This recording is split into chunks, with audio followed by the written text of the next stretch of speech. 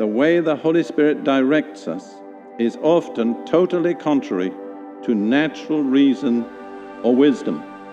Paul states this paradox very clearly in 1 Corinthians chapter 2, verses 12 through 14. Now we have received not the spirit of the world, but the Spirit who is from God, that we might know the things freely given to us to God. Notice there are two sources of spirits, one from God, one from this present world order. The one that comes from this world order is not the Spirit of God, it's another kind of spirit. Paul goes on, which things we also speak, not in words taught by human wisdom, but in those taught by the Spirit, combining spiritual thoughts with spiritual words. So the wisdom that comes by the Holy Spirit is not couched in the language of human wisdom. I have to confess, I sometimes get nervous when I hear a preacher extensively quoting and using the language of such disciplines as psychiatry or psychology. They are all right in their place, but they are not the words that God uses to release divine wisdom. Paul goes on to say, but a natural man, a man who's limited to his own natural understanding without the Holy Spirit, does not accept the things of the Spirit of God, for they are foolishness to him, and he cannot understand them because they are spiritually appraised. So while we are merely in our own natural reasoning and understanding, no matter how highly educated or sophisticated or cultivated we may be, we cannot receive the things of the Spirit of God. In fact, they are foolishness to us. That doesn't mean they're foolish, but it means they seem foolish to us. You see, God is not impressed by the wisdom of this world. Listen to what Paul says in 1 Corinthians 1, 18 through 20. For the word of the cross is to those who are perishing foolishness, but to us who are being saved, it is the power of God. See, the message doesn't change, it's our response. If we receive it in the natural, it's foolishness. If we let the Holy Spirit interpret it to us, it becomes the power of God. Paul goes on, for it is written, he's quoting from the Old Testament, I will destroy the wisdom of the wise, and the cleverness of the clever I will set aside. That's God speaking. Then Paul asks, where is the wise man? Where is the scribe? Where is the debater of this age?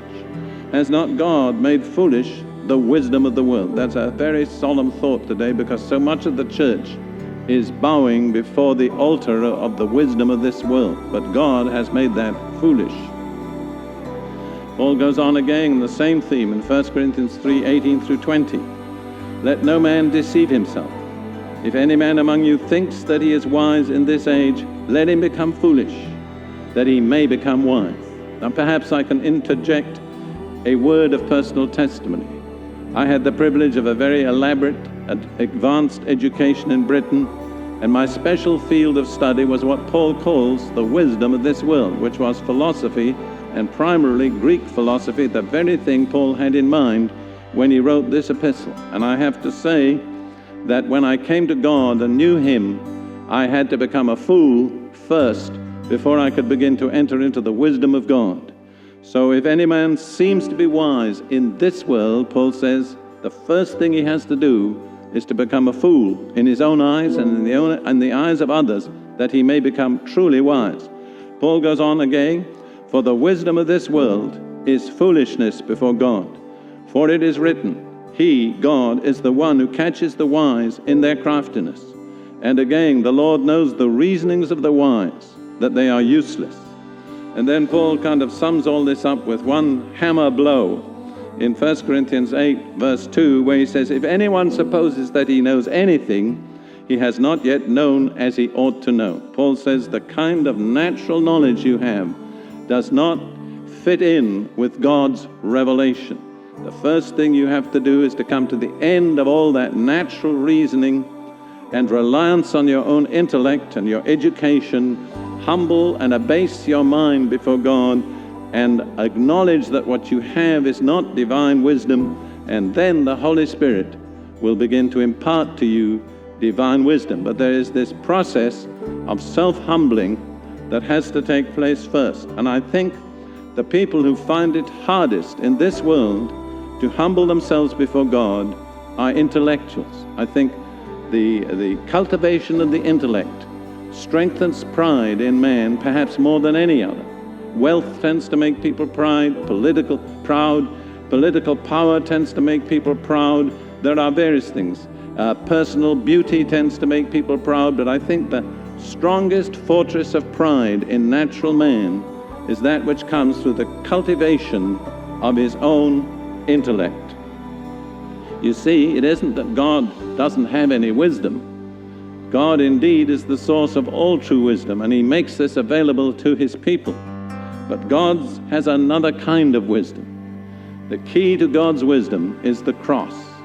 You see, the cross to natural thinking is the sum total of God's foolishness. He sent his Son into the world to save the world, and he allowed his Son to be seized by sinners, given a false trial, condemned to death, and die in agony and shame. What could be more foolish than that if you are seeking to release your power to save mankind?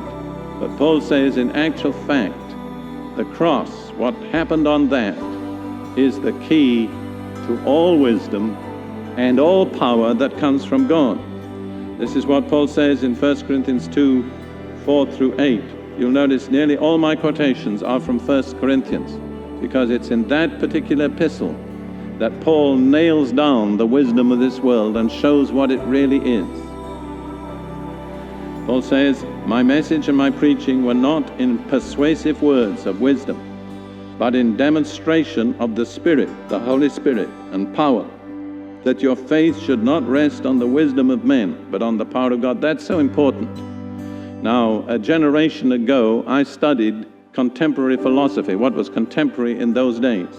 The real exciting thing in those days was what they called linguistic philosophy, and I sat at the feet of the best known of all the professors, Ludwig Wittgenstein. I was his pupil for 2 years. But I have to tell you today, all that's out of date. It's completely changed. So if I had based my faith on that kind of wisdom today, I'd have no basis for it, you see?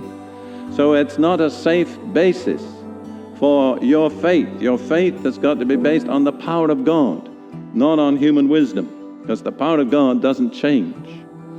Then Paul goes on to say, yet we do speak wisdom among those who are mature, a wisdom, however, not of this age, nor of the rulers of this age, who are passing away, but we speak God's wisdom in a mystery. Oh, I love that. God's wisdom in a mystery. God has wisdom, secret, hidden wisdom of God.